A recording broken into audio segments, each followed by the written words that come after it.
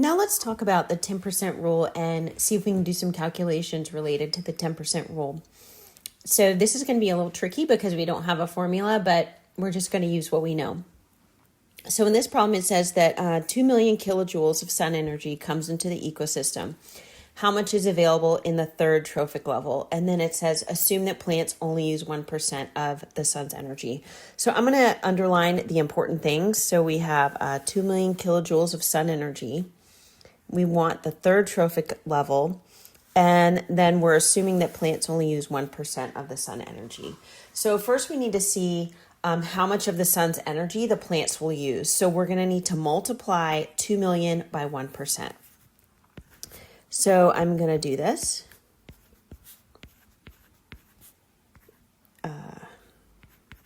Kilojoules, and I'm going to multiply that. When I put it in my calculator, I'm going to put 0.01, and that's 1%. And that's going to give me 20,000 kilojoules of energy. So this is what the plants have to work with. Okay, so this is what we've gotten from the plants. So this would be basically the first trophic level. So now we need to figure out the second trophic level. And in the 10% rule, we say that only 10% of the energy is passed on from one level to the next. So for that, we need to do 20,000 times 10%, and 10% in a calculator would be 0.1. That's going to give me 2,000 kilojoules. So that's my second trophic level. Okay, and we want the third, so we need to do this one more time. Okay, so we're going to do 2,000 kilojoules times 10%, and that's going to be 200.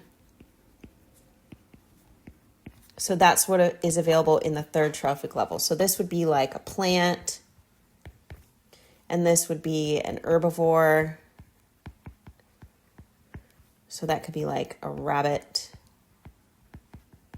And this could be something that it would be like a primary consumer or a primary carnivore.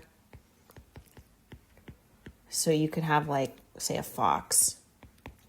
Okay. And you could go up and up, right? Because something could eat a fox, like a wolf or something like that. But you can see we're going to quickly run out of energy. We started with 2 million kilojoules of sun energy. And already by the third trophic level, we only have 200 kilojoules left. So you can see that energy is quickly lost as it travels through the trophic levels or travels through ecosystems.